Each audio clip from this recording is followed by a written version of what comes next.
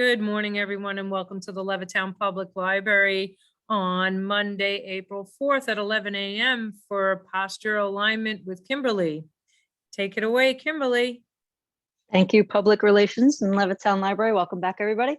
Today, we're gonna do some step-ups, like I was talking about earlier. So if you haven't joined me before, don't fear. We're just gonna get into some more difficult stuff because we need to strengthen. This entails using a chair, and it's gonna be a good strong chair, not a couch. If you don't have that, you can just pretend. It's not the worst thing, not the worst thing. So the other things that we're going to be using today are definitely a pillow or a block if you've got one, and a strap. I've got both. So a strap is going to be a belt, a real belt off of your pants. If you're just joining me, never seen me before. And the pillow is going to be one either off of your bed, or if you have one of those great yoga blocks, they're about 4 or 6 inches sometimes, you can use that too. The other thing we're going to be using is our chair or our ottoman, which is about 26 to 24 inches in height. What we're going to do is use it to trap ourselves when we do our stuff laying on the floor. But I use this also as my chair because it's stable enough. So I'll be doing step-ups using this. I will give modifications for everybody. If you're unsure or something doesn't work out for you, doesn't feel right, that's the best way to tune into your body. Make sure, hey, does this feel okay? All right. If it's different, no big deal. But if it's actual pain, the bad stuff, skip the move. Let's start out on our backs, and we're going to do some hip work. I'm going to have everybody trap themselves against the wall or against a door. So if you're not able to get down on the floor, and that is actual unable to get on the floor, not just unwilling. If you're unable to get onto the floor, you can definitely do this sitting in a chair, and you could still get the work done. But I'm going to have everybody trap themselves against the wall. So I'm going to go at 90 degrees. I'll show you 2 different angles so you can get an idea of what the heck I'm doing here. If you're new, we're going to do abduction, adduction. So I'm trapping myself at 90 degrees, putting my feet straight up, and I'm going to drop my knees, open and close. My feet are about maybe 4 inches apart at the toes, 3 inches, 4 inches, somewhere around there. From the side, looks like this, same thing. What you want to do is keep your heels the same height as your knees. And this can be a little bit tough to do when you're the only one looking at yourself. So when I drop my knees open, I can actually get a feel for where are my heels. Oh, darn, they look higher than my knees. Usually that's where I accidentally put them. So I see that. I drop them low, so my shins are parallel to the floor. And just that little inch of change makes all the difference in this move. You'll start feeling your hips in a very new way. So if this feels like, this is no big deal, I can do this, it's probably that your feet are way too high. So check it. Lower your feet an inch, and you'll start to feel it. My whole foot is actually on the wall, except when I drop my legs open, then the outside edges of both of my feet are on the wall. So this isn't something where I'm pulling my toes away from the wall. As I drop open, the top part of my foot and my heel is still touching the wall, albeit it's on the outside edges of both of my feet. When I come into close, my footprints are completely on the wall. I've caught some students doing this movement, and they just kind of pivot on their heels. I'm just trying to catch you guys if that's what you're doing.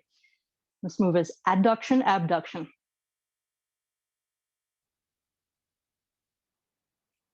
And it's called that because that's what we're doing. That's the motion of the hip right now. When you abduct someone, you take it away. All of these motions, as they get described to you, they're always in reference to our midline or where our spine is, the very, very center line vertical on our body. So as you abduct your arm, you're taking your arm away from the midline. We are abducting and adducting our hips.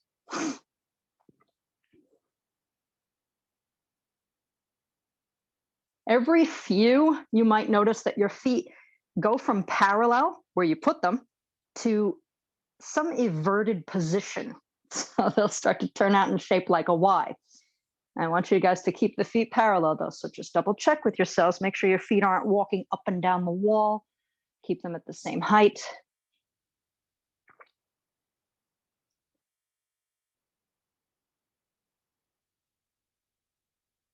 We're going to move on from this move into our assisted hip lift. If you feel like a rock star today and you want to do this without the assist of the wall and you know it, go for it. Go ahead and do it without the assist of the wall. Just make sure your whole body doesn't contort in order to get the move done. But I'm going to talk you guys through assisted hip lift. My feet are still on the wall. And if you have your feet on the floor and you're in a chair, you can still get this done. Same idea. I'm going to cross my left ankle to my right knee, but I'm not going to twist my body in order to do that. Now, this is going to be tough for some of you, especially if you've got tightness in the tissues around your hip. Your whole back is going to twist just as you get your ankle over your knee. If that's happening to you, then just deal with it. just be with it. It's all right. We're going to try to get those tissues to wake up. My right foot is still on the wall. Using the muscles of my hip, I'm going to draw my left knee towards the wall. No hands, arms relaxed. I'm going to hold this for 1 minute. Now, this is called assisted hip lift because we're using the wall as an assist. When we do the full version of this, our feet don't touch anything. They're hanging out in the middle of the air. And our right knee pulls in towards our chest as our left knee draws away from us. So it's quite a hip exercise. This is our assist. This can also be done not only sitting in a chair, but this can also be done in the hook lying position. So if you can't quite lift the leg up off the floor, you can just kind of hang out in this hook lying position. We'll do more stuff in hook lying later, but for now, give me 15 more seconds. Remember, you're still actively drawing your left knee away from you towards a wall.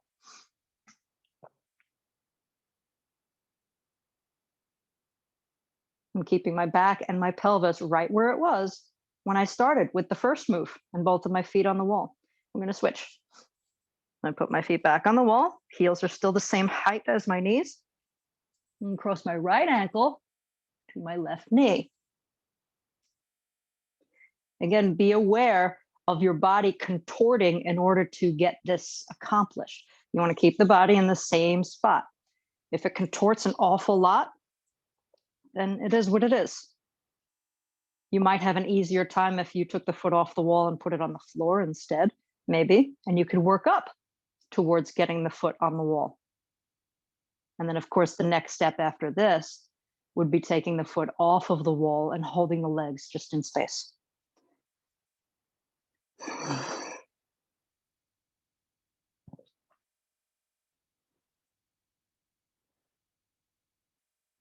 This is our assisted hip lift.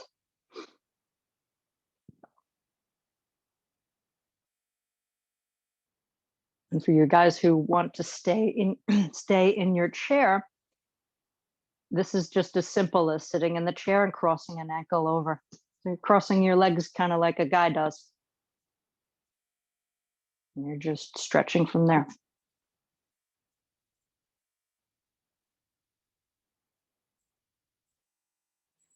Relax, come out. I'm going to take you into hip crossover stretch. So now we're going to add a twist to it. I'm going to take you into the floor or onto the floor. Yes, let's go into the floor.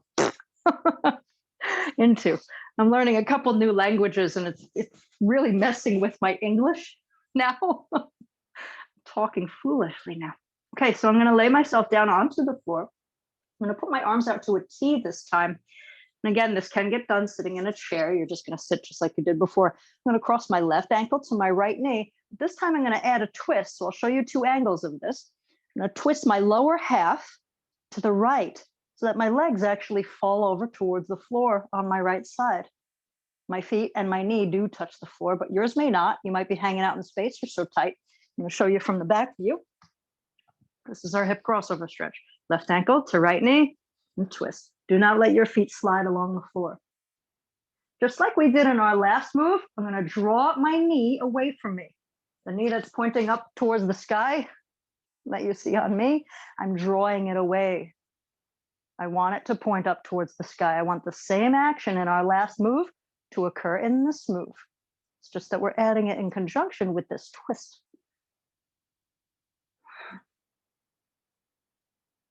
There's a lot going on in the shoulders too. I don't want your arms just laying there. We're going palms face down. And I want your hands to be open and active, like you're trying to increase the distance between the middle finger on your left hand and the middle finger on your right hand. Those 2 points, we're trying to increase the distance between them. Once you do that, you'll start to feel right in between your shoulders starts to turn on automatically.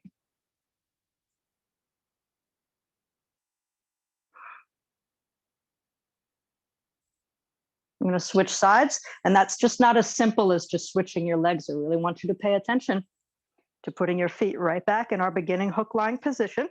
Feet are parallel, knees are hip distance, then do your crossover. Do not slide your left foot across the floor to accomplish this move. Twist. Sometimes, especially if you're new, you have to do these moves really slowly just to be aware of the, let's say, compensations that your body throws out there. Our bodies compensate so much. They are very, very smart. There's a wisdom in our body. It's in our design. And it's not a wisdom that we can consciously affect.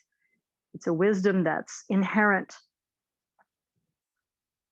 And it'll do it without you thinking about it. It's trying to conserve energy, which is why we end up in all these funky postures and positions that we can't get ourselves out of.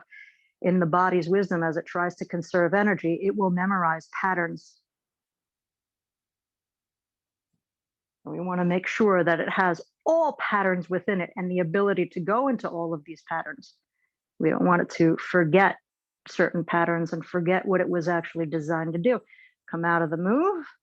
I'm going to give you 10 pelvic tilts, which is just as simple as rocking your pelvis back and forth. That's it.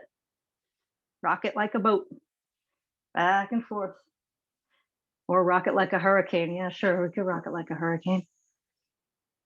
If you're doing this sitting in a chair, you could absolutely get it done. Just rocking my pelvis back and forth, tucking under, arching back. I'm going to flip you guys over onto your belly. Again, this move can get done sitting in a chair.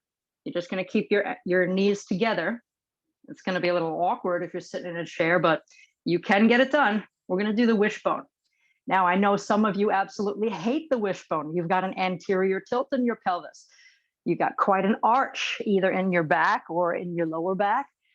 So this move might not be comfortable for you. If that's true, you could take another move. You could do static back. You can lay in the frog position. You can sit in the frog position. So that's going to cause a more gentle tip of the pelvis and still give you an anterior tilt. Everybody else, I will give you another alternative too. So if you do know that this move hurts you, you can do also femur rotations or knee drops. But everybody else, if you want to give this a shot, never tried it before, we're going to do an active wishbone. So I'm laying on my belly, which is going to trap my body from twisting. And I'm going to bend my knees and pull my heels towards my butt. I want to try to keep my knees touching. Throughout this range of motion, they're going to start to pull apart because we're twisting, but that's okay. Just don't want your legs to walk away from each other too much. So just like a wishbone, I will show you the back version of this. You're going to be dropping your ankles apart from each other. So what's happening is I'm internally rotating from both of my hips. If I were standing up on my feet, both of my feet would go in and then come straight. So this is our active wishbone. You can do this sitting in a chair. But again, if you know that this hurts your lower back when you do it because your lower back already defaults in this position into anterior, it can be painful doing this. So you can do femur rotations, isolated. You can do some knee drops. You can lay in the positions that I just showed you earlier. If you're new, that's probably what you're going to do. But if you've been with me for a while, you know what I'm talking about when I say knee drops and femur rotations. We're going in and out of this move, everybody. So what we're doing is we're asking both femurs to internally rotate over and over and over again. Similar to our first move, where we were opening and closing, except we were getting a little more external rotation than we were internal, but we were doing both. This is a great move for people who have posterior pelvic tilt. My pelvis has a tendency to default towards that now. So I tend towards having a more flat lower back. So this is actually firing up the hip flexors, the secondary hip flexors actually. Tensor fascia latae. So I'm sure you feel it in the front of your hip. I'm sure you also feel it in your lower back, because as we twist in, the pelvis tips forward. And that's why your lower back starts feeling it. Just above your sacrum too. In and out. Check yourself, make sure your heels didn't fall away from your butt. There's a tendency for the body to do that. If I was there with you in person, I'd start hitting you over the head if that was happening to you. I'm extremely strict. So thank the gods you're only visiting with me on Zoom.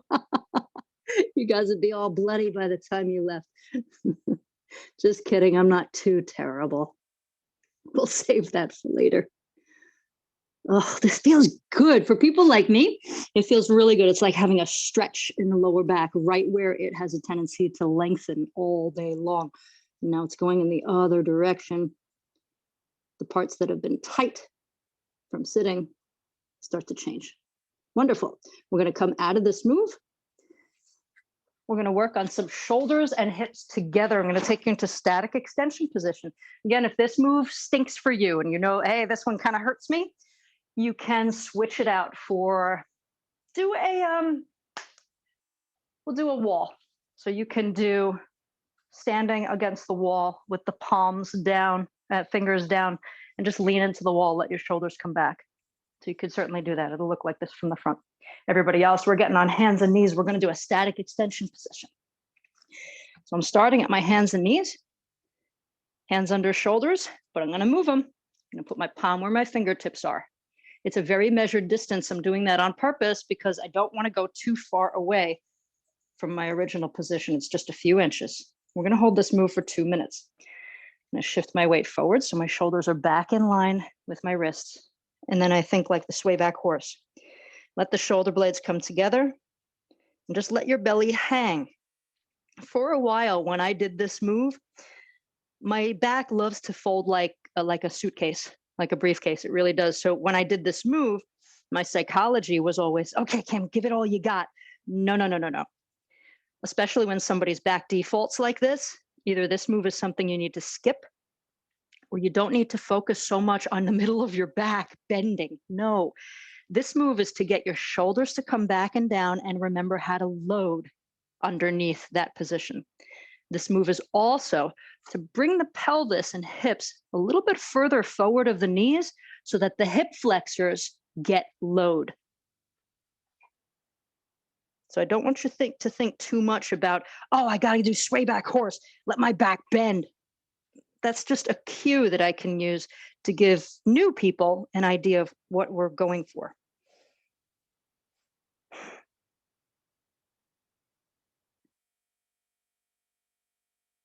If your elbows have a tendency to bend here, it's because your shoulders forgot how to load properly, and they're trying to shift all of that work to another group of muscles. So I want you to stance your hands apart, wider than shoulder width, and try to keep your elbows straight. It's very important because we want to retrain the shoulders and the tissues there how to talk to the rest of the body, including the hips. That's what we're going for. If you bend your elbows, all of that conversation shuts down.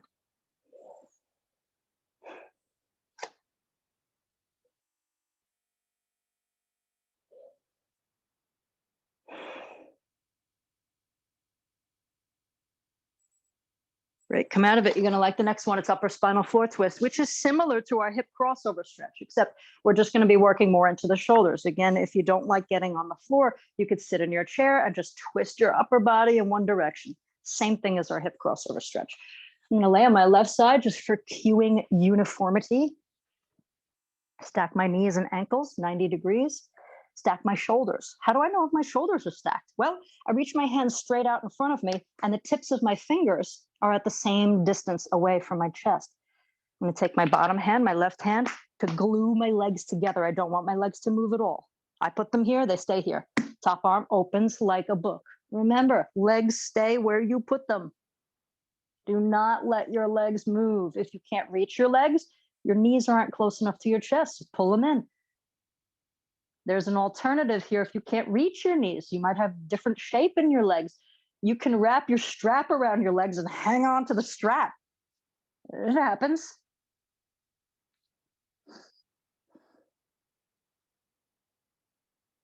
You should be able to see the fingers of the arm that you just lifted and opened up. You should be able to see them in your peripheral vision if you have your head turned up towards the ceiling. Now, if you can't see your fingers, your hand has definitely gone closer to your butt than is necessary for this move. And you're starting to change the muscles we're going after. So I want your hand to stay in the vicinity of your boobs, your nipples. So you don't want to go lower than that, not at all. You can go higher than that. I want you to go low. I don't want you going lower than that.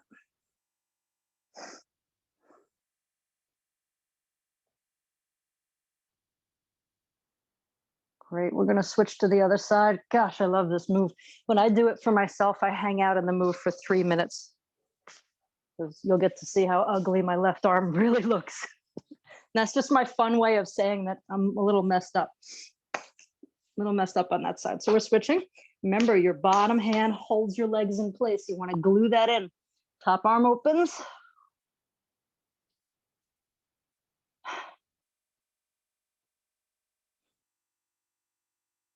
Yeah, this one's stuck.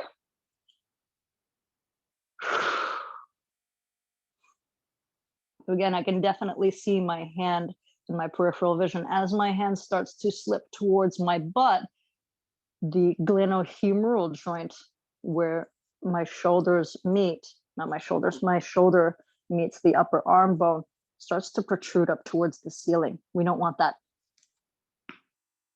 So you got to keep the hand in that same line with the opposing shoulder.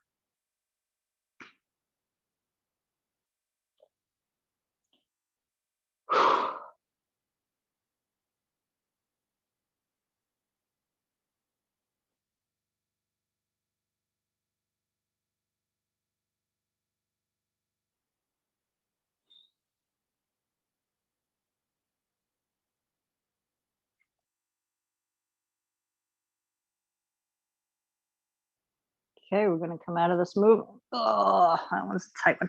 I'm going to take you into, let's do frog position and we'll do some pullovers. That's just going to get a little more symmetry back into the shoulder work we just did. If you are sitting in a chair, you could sit in your chair, do some shoulder rolls backwards and forwards. You could do 5 at a time over the time that we're going to do 30 or so pullovers. So I'm taking us into frog position. Soles of the feet touch. All right, I'm going to get my roll. Soles of the feet are touching, heels are as close to your butt as you can. Arms straight up towards the sky, interlace your fingers. Elbows stay straight. And begin. Dropping the hands backwards, overhead, towards the floor, behind us. But you must keep your elbows straight.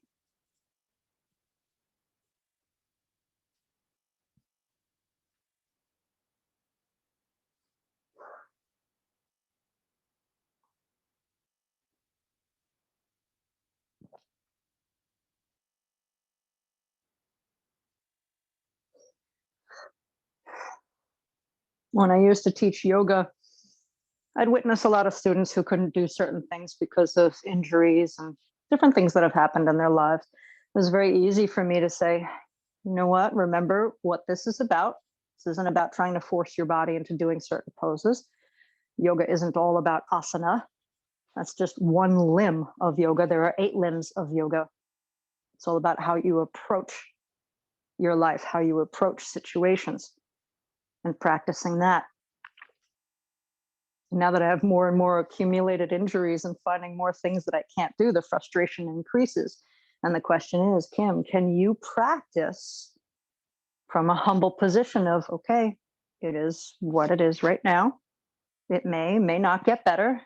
Can you be okay with that and just be in the moment?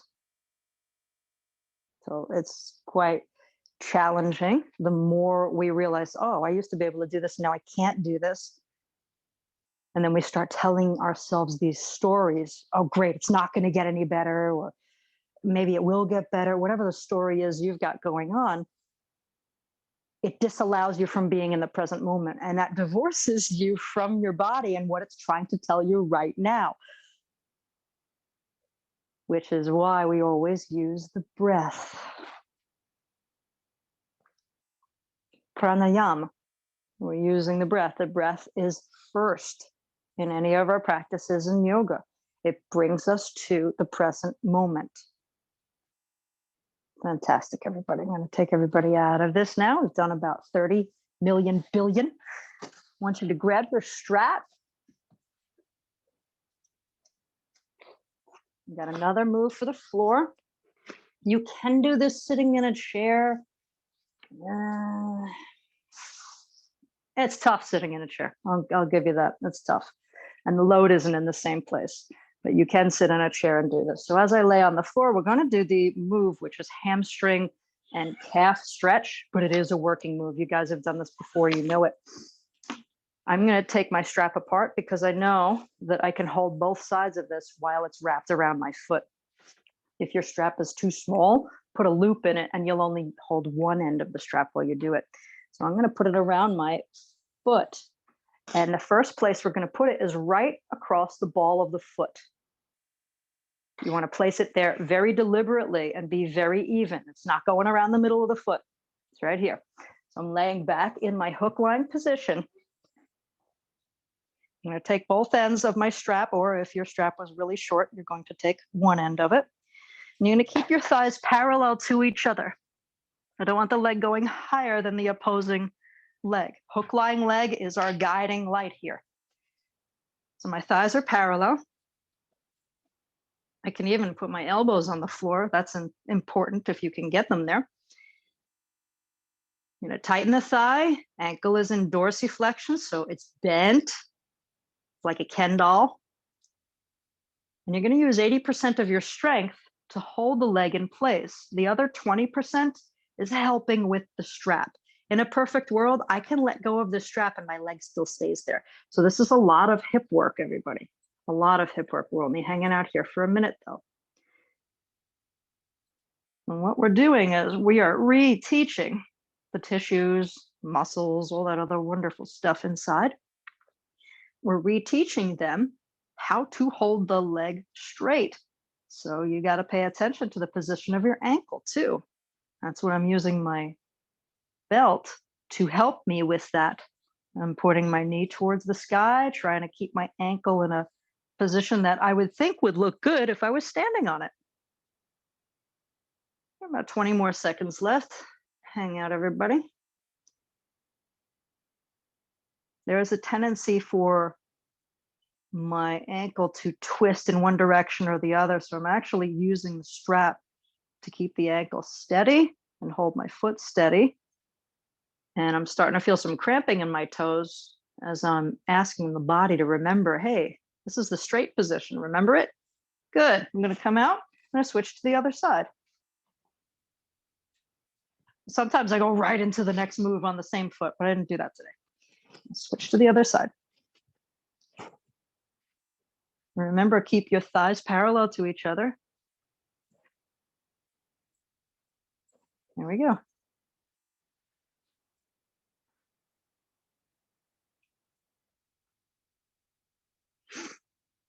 This is quite an assisted move.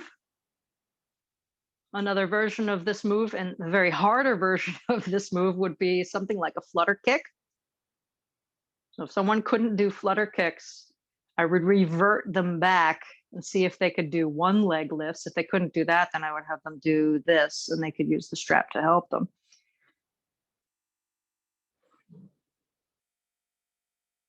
You just got to get a little creative if you got to do this in a chair, that's all. Remember, the knee stays straight. It stays locked in its position so that this work can go up into the hip. We're still on our first position, so the strap is around the ball of the foot.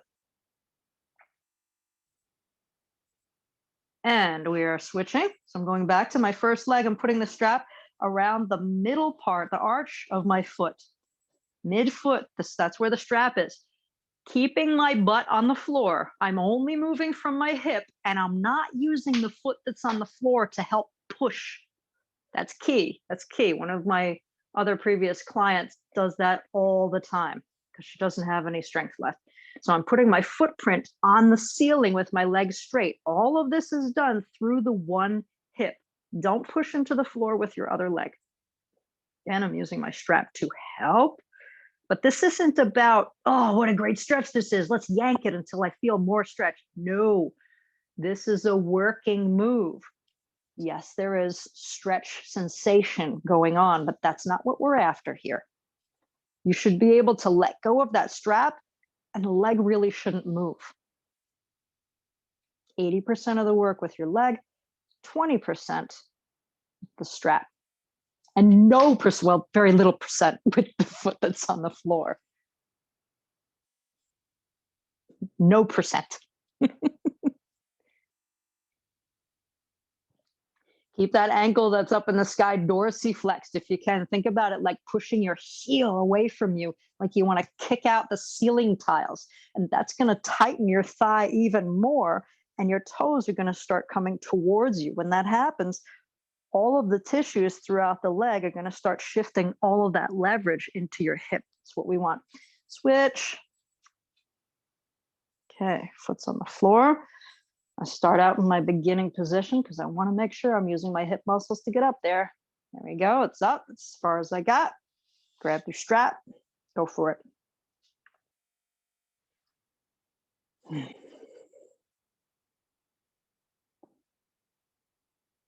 This is our calf and hamstring stretch, and that name is a bit of a misnomer because it's not about the stretch. You could feel this is work. This is work.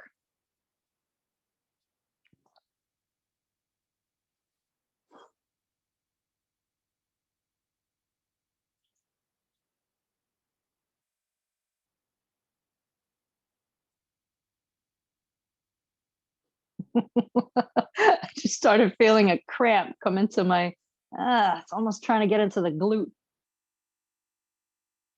Something just happened.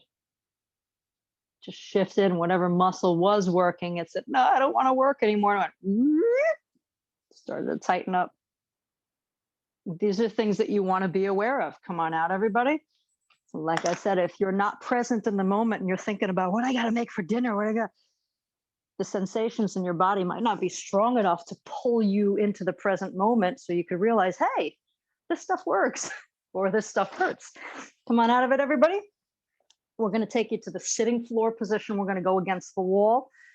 This is not an easy move. We're going to hold it for 3 minutes. It's not an easy move. If you want to be a hero today and you want to do the move without the wall, you may, but you're going to be involved with a little bit more work, and I will cue you through that.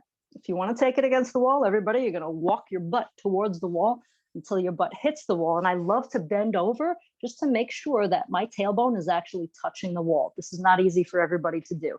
If that happens and you can't straighten your knees, you're going to have to walk your butt a little bit further away from the wall. If everybody, this is for everybody who wants to do this without the wall, you're going to think of one extra thing. We're going to sit in extension when we do this. So not only are your thighs going to be tight and your ankles in dorsiflexion with the legs completely straight, you're also going to have your shoulders pulled back, but everybody not on the wall is going to put an arch into their lower back like so. So that's a lot of work for the people not using the wall. That's the added extra, is put the arch in your lower back. When you're against the wall, no arch. Tight thighs, ankles dorsiflexed, shoulders back. That's it. We're going to hold this move for 3 minutes, everybody. I'm going to go in and out between against the wall and not. Tailbones against the wall, thighs tight, ankles dorsiflexed, shoulders back and down. From the side, it would look like this. Thighs tight, ankles dorsiflexed, shoulders back and down. This is a move where you hold and you stay pinned. Stay pinned. It's only 3 minutes, you can do it. And if it's too much and you need a break, take a break and then come back into it. People who are doing it on the floor, no wall. Arch in the lower back, thighs tight, ankles dorsiflex, shoulders back. Now remember, when you're doing this on the floor, the arch in your lower back should be coming from the front of your hip. This is not something that I'm doing using the muscles that go up my back, not using the erector spinae. I'm not lifting my sternum. This is not a motion for the back. This is a motion for the hip. We're trying to pull the pelvis into an anterior tilt using the groin muscle.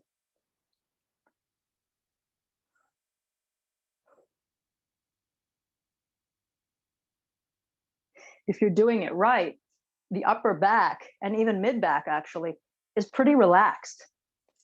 And you might only be able to hold that for a few seconds and then it starts going away. That's happened to me where I hold it for a minute and then it starts going away and I start noticing my back is lifting and bending. Uh-oh, I lost it. So I come out, reset, make sure that's from my pelvis only, and shoulders back. Everybody against the wall, you don't have to listen to this, just tune me out. But make sure, thighs tight, ankles dorsiflex, shoulders back. 1 more minute.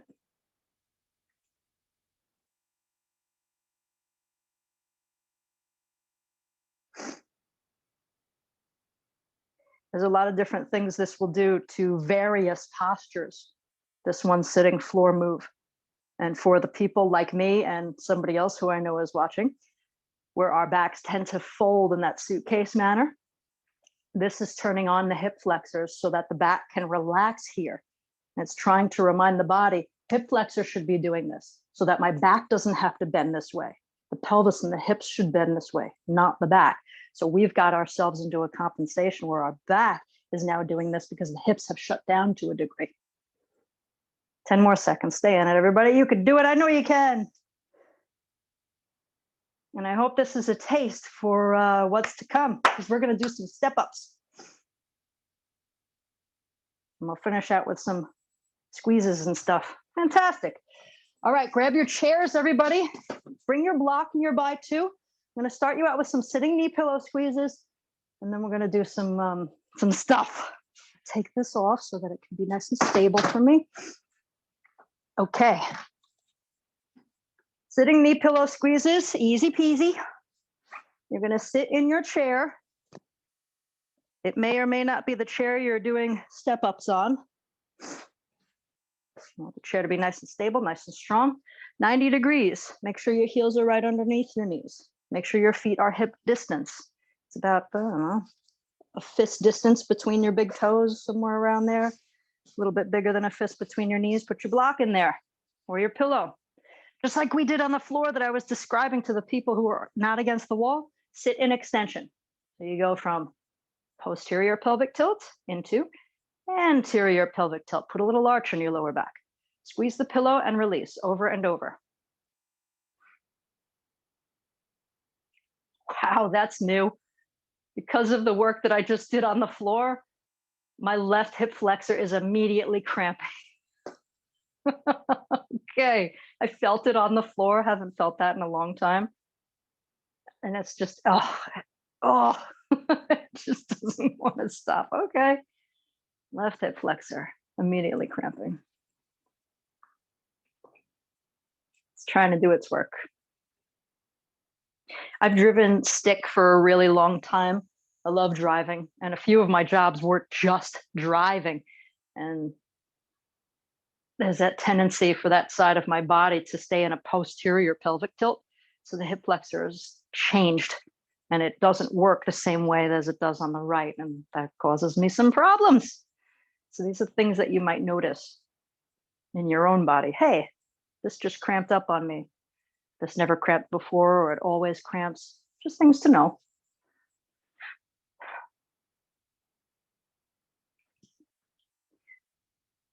The workout that I'm going to give you today is one of my more favorite workouts because it does only take 10 minutes to go through, but I have a tendency to describe motions a little bit too much. And I also have to give you options if you can't do it. So that takes a little bit more time. But if you do want to look this up for yourself because you enjoy it, it is called the 10-minute workout. If you want to use the E word and look it up. When you use that E word, if you look up on Sonima on YouTube, you'll find it. You're welcome, Sonima. Sonima, 10-minute workout. Okay, I hope you're eyeing up the chair that you're going to use for our step ups. And if you don't feel like stepping up on anything, don't. Just pretend. I'm going to put my block against the wall so that it doesn't move for me. In fact, it does move when I do that. I'm going to do this. I'm going to make it a little bit lower for myself. Yes, I can do more, but I don't want to crash. When we do our step ups, we're going to turn them into step up burpees. So we're not going to do a complete lift up, pull the knee towards the chest and come back down. It's kind of like a step up, lift and touch and back down over and over. That's what we're going to do. But while you do it, I'd like you to keep your upper back in extension. So if you can, interlace your hands and put them behind your head. Draw your elbows back and down. This is going to engage the muscles in your shoulders and your upper back, which talks directly to your hips. If you can't do that and you're pushing your head forward, put your hands on your shoulders and do it. Get something done. We're going to do 10 step up burpees. So we're just doing the one side to start up with, and we're going up and down without putting the stranded leg, the hanging leg on top of the chair. So it's a step up, a lift, and back down, 10 of those. Elbows back and down, 9, 8, whoa, 7, 6, 5, 4, 3, 2, 1. Now the other leg, we're going to go full step ups. Don't worry, we will return to this. So whichever leg you're doing, I'm using my right, I'm doing full on step ups. Plant it on your chair, step up, lift your knee if you want to, and come completely back down. 10, 9, 8, 7, 6, 5, 4, 3, 2, 1. Go back to your other leg. We're doing complete step ups. It's all right. The pattern is going to throw you off a little. We'll get it done. So I'm doing left leg, full on step ups, just like I did. 10, 9, 8, 7, 6, 5, 4, 3, 2, 1. Step up burpees. Other leg. Last 10, I promise. 10, 9, 8, 7, 6, shoulders back, 5, 4, 3, 2, 1. No more step ups. Done. I see some of you have a chair that's quite higher than what I have. Good for you. You made me look like a weakling. We're going to do tricep dips next. These are not easy, especially if you get yourself in a position where you kind of get stuck. So if you've never done these before and you're not sure, keep your knees bent to help you. What it is really is just kind of sliding yourself off of your chair and hovering. If you want to go further, you can. You can come down and back up. If your knees are bent, your legs will help you. When the knees are straight, they can't quite help you as much. So it's all arm. So we're going to do 10 of these. It's down to you what you want to do. Shoulder issues, this is probably not going to be a happy place for you. So maybe sit in the chair and do something else. How about you could do shoulder rolls sitting in your chair, because I know some of you are like, what can I do? You can do shoulder rolls. You can do elbow curls if you wanted to. You can even do tricep stretch. And I'd go maybe five breaths or so each side, go back and forth. There's an option. Everybody else, want to do some tricep dips with me? We're going to do 10. We'll take a break. We'll do 10 again. So again, I'll show you. If you've never done this before and you never come off of your chair and hovered, give it a shot there. Bend your knees to help you. 10. 9. Do what you can. Maybe you could do 2. 8. 7. 6. 5.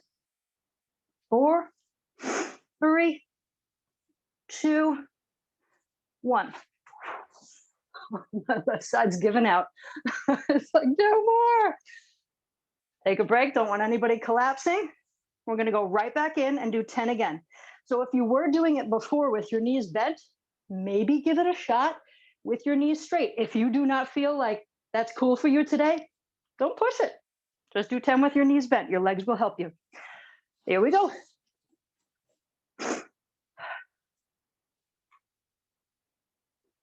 10, 9, 8, 7, 6, 5, 4, 3, 2, 1. Oh, you guys helped me a lot. I thought I was going to go down.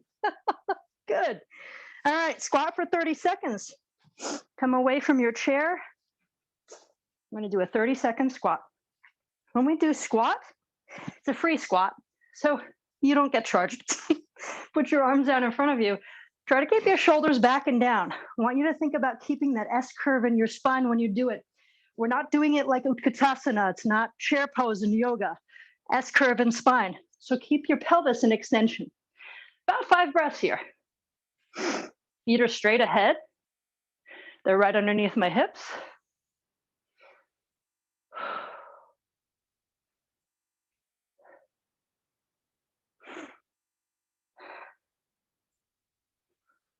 Just 30 seconds, that's all. And then we're going to get back into the stuff you hate. We're going to do V-ups, knees in and out, and legs open and closed. You're welcome. Okay. Now, you can do this on the floor, or you can do this in a chair. Really easy to do either of them.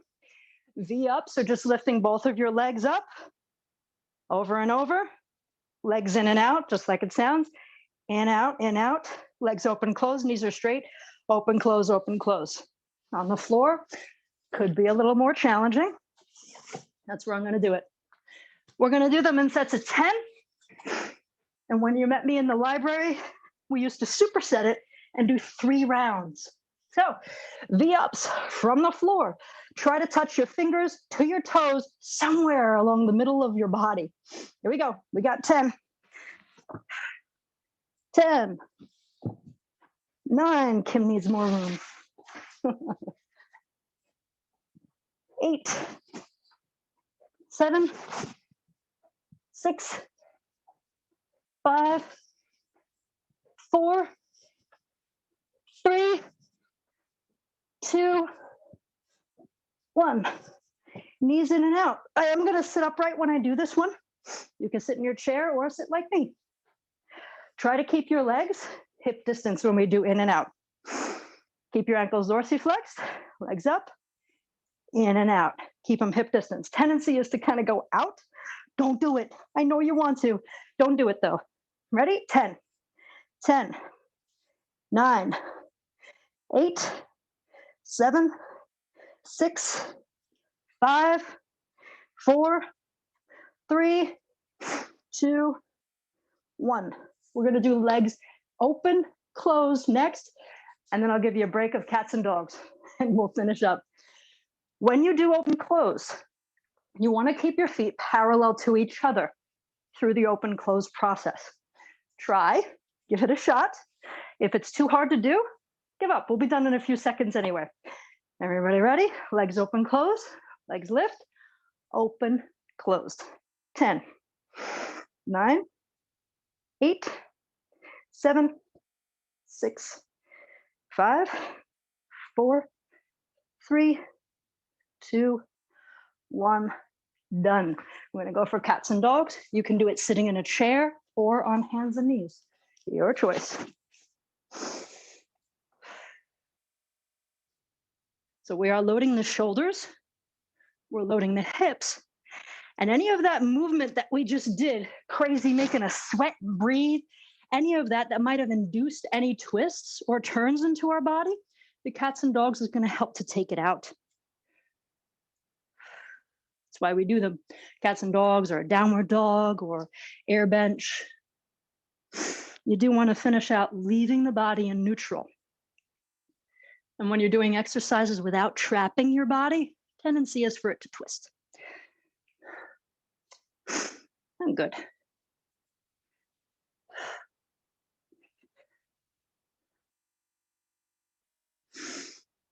I am going to take you guys against the wall for some of our last moves, or one of our last moves, depending on how much time we have. I'm going to give you that forearm stretch that we did as an alternative to static extension before. So we're going to stand facing the wall or the door, feet are hip distance, pointing straight ahead. I'm going to place my hands on the wall.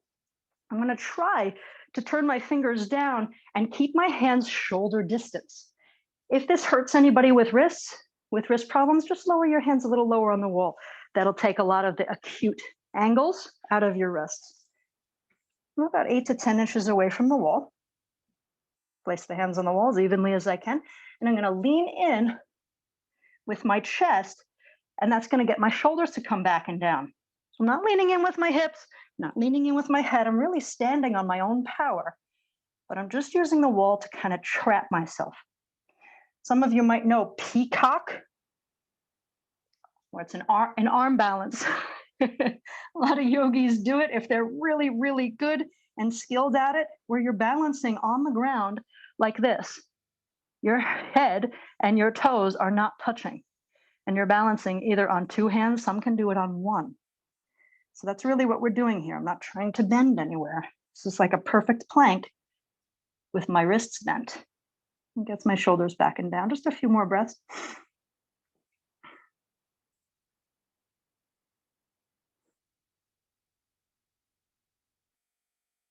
Again, that whole 10-minute workout, you get a lovely repeat of 3 times with the V-ups and the knees in and out. So it does beat the crud out of you.